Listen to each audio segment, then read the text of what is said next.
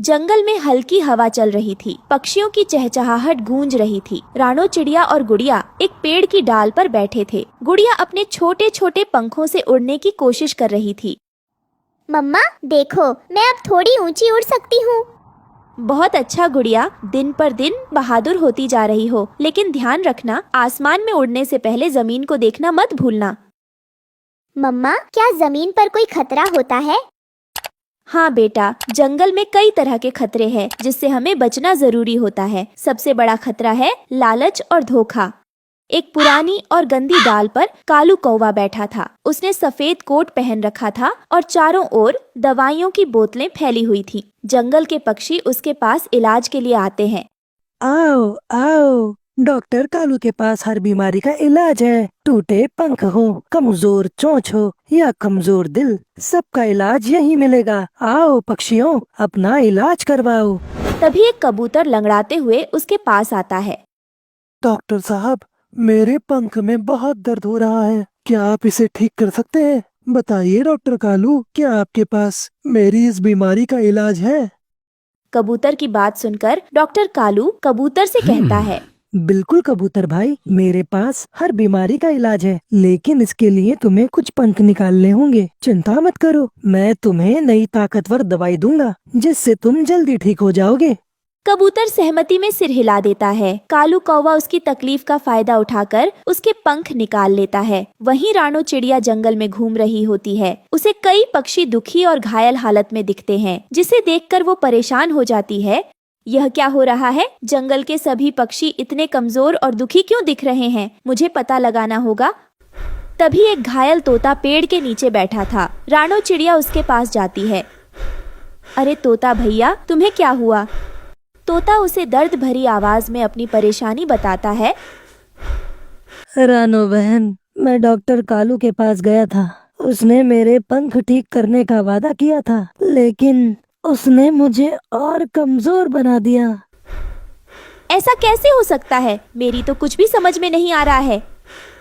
रानो बहन, मुझे लगता है कि वह हमारे शरीर के हिस्से किसी को बेच रहा है। तोते की बात सुनकर रानो चिड़िया उड़ती हुई डॉक्टर कालू की क्लिनिक पर जाती है। रानो चिड़िया कालू की क्लिनिक के पास छुपकर उसकी बातों को सुनती है। कालू एक गिद्ध से बात कर रहा होता है। बालू गिद्ध, आज मैंने तुम्हारे लिए 3 पक्षियों के पंख निकाले हैं। इसके बदले जो पैसे मिले उससे मैं और दवाइयाँ खरीद लूंगा। अच्छा काम कर रहे हो कालू, लेकिन एक बात कान खोल कर सुन लो तुम। अगर तुमने मेरे लिए पक्षियों की सफाई बंद कर दी तो तुम्हारा अंजाम अच्छा नहीं होगा। तुम नहीं जानते मैं तुम्हारे साथ क्या कर सकता हूँ। उन दोनों दुष्ट पक्षियों की बात सुनकर रानो चिड़िया दंग रह जाती है। ये तो बड़ा धोखेबाज डॉक्टर है। मुझे कैसे भी करके इसे सबक सिखाना होगा ताकि ये जंगल के पक्षियों को परेशान न कर सके। अगले दिन गुड़िया चिड़िया खेलते खेलते डॉक्टर कालू की क्लिनिक के पास चली जाती है। उसे देख कालू मुस्कुराते हुए कहता है, ओहो, ये तो छोटी चिड़िया है। तुम्हें क्या तकलीफ है बच्ची, बताओ मुझे। मुझे कुछ नहीं हुआ अंकल, मैं तो बस यहाँ खेल रही थी। अंदर आओ बेटा, मैं तुम्हें पीने के लिए मीठा पानी दूंगा। गुड़िया चिड़िया उसकी बातों में आ जाती है। फिर डॉक्टर कालू की बात मानकर गुड़िया अंदर जाती है और कालू उसके पंख निकालने की तैयारी करता है। तभी रानो चिड़िया को गुड़िया की आवाज सुनाई देती है। वो जल्दी से कालू की क्लिनिक में पहुंचती है। तुम मेरी बेटी से क्या कह रहे हो? बताओ मुझे, तुम उसके साथ क्या करने वाले थे? कालू डरते हुए रानो से कहता है। अरे रानू चिड़िया, मैं तो बस इसे ठीक कर रहा था। झूठ मत बोलो, मैंने तुम्हारी सच्चाई सुन ली है। तुम गिद्ध के लिए पक्षियों के शरीर के हिस्से बेच रहे हो। रानो चिड़िया की आवाज सुनकर जंगल के अन्य पक्षी भी वहाँ इकट्ठा हो जाते हैं। हाँ, ये सच है। डॉक्टर कालू ने हमें धोखा दिया। फिर रानो चिड़िया जंगल के राजा शेर के पास जाती है और उसे पूरी बात बताती है। कालू, तुम्हारी ये हरकत माफ नहीं की जा सकती। तुम्हें जंगल से निकाल दिया जाएगा। तुमने इस जंगल में रहने वाले पक्षियों के साथ बहुत गलत किया है। तुम्हारा जुर्म माफ करने के काबिल नहीं है।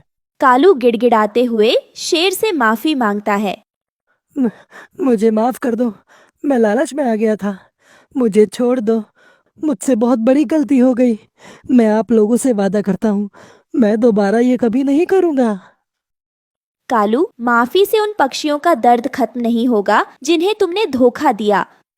डॉक्टर कालू को जंगल से निकाल दिया जाता है। रानो चिड़िया और गुड़िया चिड़िया खुशी खुशी वापस अपने घर लौटते हैं। मम्मा, आपने मुझे और सभी पक्षियों को बचा लिया। हमेशा याद रखना बेटा, सच और हिम्मत से हर मुश्किल को हराया जा सकता है। इसलिए कभी किसी से डरना नहीं चाहिए और हिम्मत से हर परेशानी का सामना करना चाहिए। जंगल में फिर से खुशहाली लौट आती है और दुष्ट डॉक्टर कालू को उसके बुरे कर्मों की सजा मिल जाती है। यह कहानी हमें सिखाती है कि लालच और धोखा बुराई की जड़ है, लेकिन सच्चाई और हिम्मत से हर मुश्किल का सामना किया जा सकता है। एक जंगल में आलसी कौवा का एक परिवार रहता था। वो कौवा और कौवी मेहनत करना नहीं जानते थे, इसलिए टूटे फूटे घर में रहते थे। सुबह सुबह रानो चिड़िया उनके पास आती है। वह देखती है कि वो दोनों पति पत्नी सो रहे थे। वो उन्हें आवाज लगाकर जगाती है।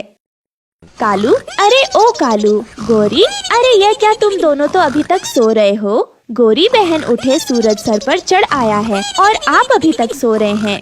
आप दोनों को दाना लेने नहीं जाना क्या? चलिए, बहुत देर हो रही है वरना दाना खत्म हो जाएगा।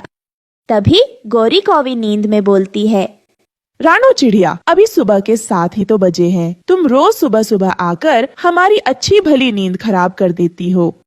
गौरी बहन, मुझे क्या परेशानी आपकी नींद से? वो तो आपने ही मुझसे कहा था जब मैं भोजन लेने जाऊं तो आपको पता दिया करो, इसीलिए मैं रोजाना आपके घोंसले में आती हूँ आपको जगाने। अच्छा ठीक है कालू, अरे ओ कालू, जाओ रानो चिड़िया के साथ जाओ और भोजन लेकर आओ। कल मैं गई थी भोजन लेने, आज तुम्हारी बारी है। चलो जल्दी उठो। ये सुनकर कालू कौवा आलस में आकर कहता है, गोरी, मेरी कमर में बहुत दर्द है। आज तुम ही चली जाओ, मैं कल जाऊंगा भोजन लेने। आज तुम चली जाओ रानो चिड़िया के साथ। हाय मेरी कमर, मर गया रे। कालू, मैं जानती हूँ यह तुम्हारा कोई नया बहाना है। मैं नहीं जाऊंगी तो मतलब नहीं जाऊंगी। आज तो तुम्हें ही जाना होगा। मैं कोई बहाना नहीं सुनने वाली। गोरी, तुम्हारी कसम, मैं सच बोल रहा हूँ। बहुत दर्द है मेरी कमर में आज। सुनो कालू, मेरी झूठी कसमें मत खाया करो। अभी तो मुझे बहुत जीना है।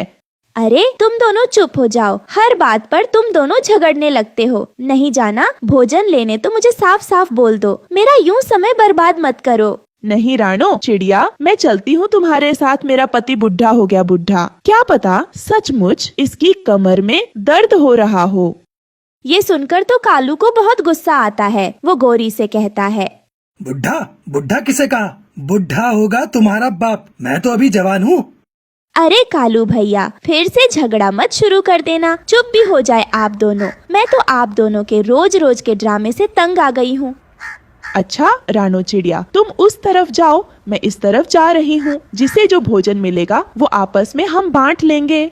ऐसा कहकर गौरी कौवी और रानो चिड़िया अलग अलग दिशाओं में भोजन ढूंढने लगती हैं। तभी गौरी कौवी को एक फल दिखता है। अरे वाह, यह मीठा फल तो मैं ही खाऊंगी। कौन सा? उस रानो चिड़िया को क्या पता कि मैंने मीठे फल खाए हैं या नहीं। मैं तो झूठ बोल दूंगी। फिर गौरी कौवी मजे मजे से वो फल खा लेती है। थोड़ी देर बाद रानो चिड़िया वहाँ कुछ भोजन लेकर आती है, जिसे देखकर गौरी कौवी उससे झूठ बोलती है। रानो चिड़िया, क्या तुम्हें भोजन मिला? मुझे तो कुछ भी नहीं मिला। बहुत जोरों से भूख लगी है मुझे। गौरी बहन, मुझे ये अनाज के कुछ दाने मिले हैं। भूख तो मुझे भी लग रही है। पहले हम दोनों आधा आधा भोजन खाकर अपना पेट भर लेते हैं, फिर घर के लिए भोजन ढूंढने जाएंगे। गौरी और रानो चिड़िया दाना खाकर अपना पेट भर लेती हैं। गौरी बहन, हमारा पेट तो भर गया, चलो अब चलते हैं अपने बच्चों के लिए खाना ढूंढने। गौरी और रानो अपने अपने घर के लिए भोजन तलाश करने लगती हैं। तभी गौरी की नजर एक पेड़ की डाल पर बैठे बूढ़े तोते पक्षी पर पड़ जाती है। वो डाल पर बैठकर अंगूर खा रहा था। रानो चिड़िया, वो देखो तो, वो तोते काका पके पके अंगूर खा रहे हैं। चलो चलकर उनसे पूछते हैं उन्हें ये अंगूर कहाँ से मिले। रानो चिड़िया और गौरी उस बूढ़े पक्षी के पास पहुँचती है। अरे बूढ़े काका, आप यह पके पके अंगूर खा रहे हैं, ये कहाँ मिले आपको? हमने तो बहुत ढूंढा पर हमें कहीं भी भोजन नहीं मिला। कृपा करके हमें बताएं, आपको यह अंगूर कहाँ से मिले? हमारे बच्चे घर पर भूखे हैं। ये सुनकर वो बूढ़ा पक्षी उन दोनों से कहता है, यहाँ से कुछ ही दूरी पर एक नदी है, वहीं